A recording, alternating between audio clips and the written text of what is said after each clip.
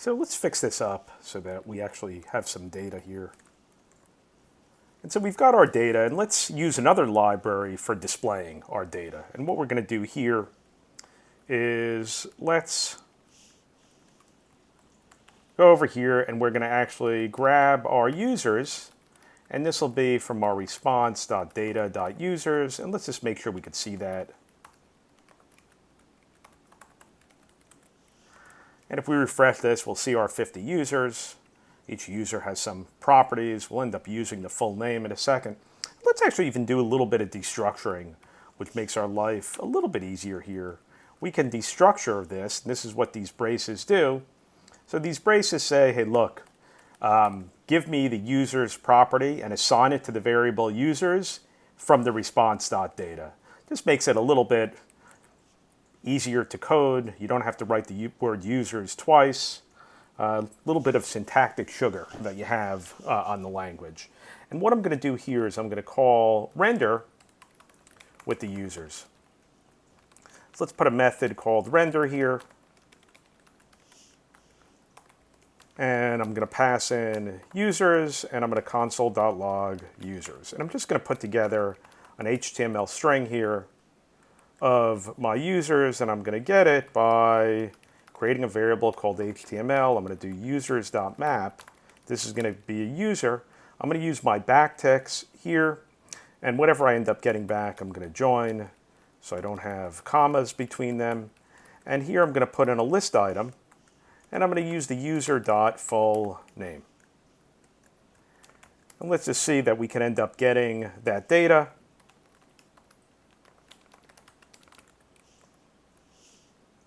So let's take a look here. We have an error in here. It's interesting too. It's actually what happens if you have an error here, it ends up getting thrown over here, and it's users, not maps, map. So now we've got our list items, and what I'm going to do is I'm just going to take my document query selector, and I've got this. Let's actually put it in, a UL with an ID of list. And I'm going to go over here, and I'll say document query selector, put the list selector there, and set the inner HTML to the HTML. And this will work. I'll just sort of show you one other thing here. We're getting a little bit lucky because this request takes a little while. It turns out that our DOM is loaded, but really, to be safe, we should put a defer tag here on this script. If we went to access this element earlier on up here, we would end up running into a little bit of a problem. We're getting lucky because this has some delay that's associated with it. So this still works. But what we could do is we could use another third-party library. So again, I'm just going to do Bootstrap, which is a third-party library that's really based on the UI. It's got a style sheet. It's got some JavaScript widgets like modal pop-ups and things you could end up doing with forms and alerts and that sort of thing. So you could look up the Bootstrap library to see how it works. There's a lot of documentation on it.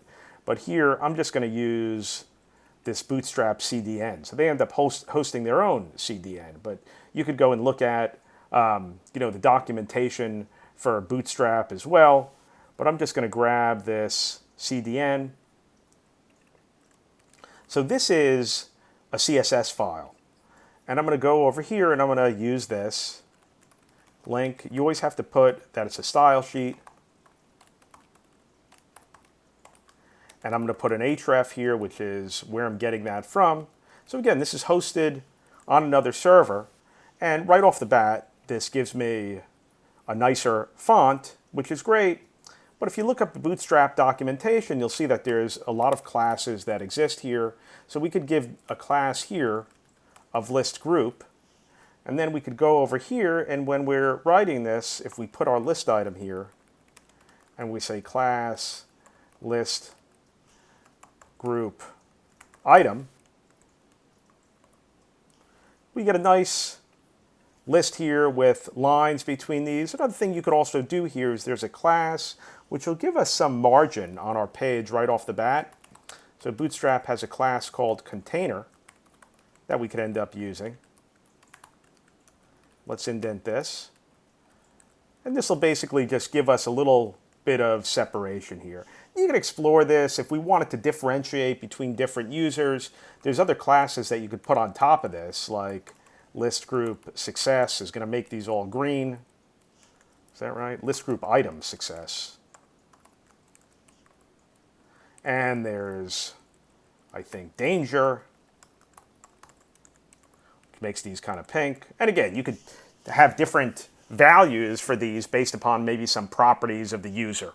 Maybe for active users or inactive users or something along those lines. You could, have your HTML be different for have them different for those users. So that's just an example of using another third-party library, which is the Bootstrap library, which we brought in here to give us a little bit of a way to style our application without necessarily writing our own CSS.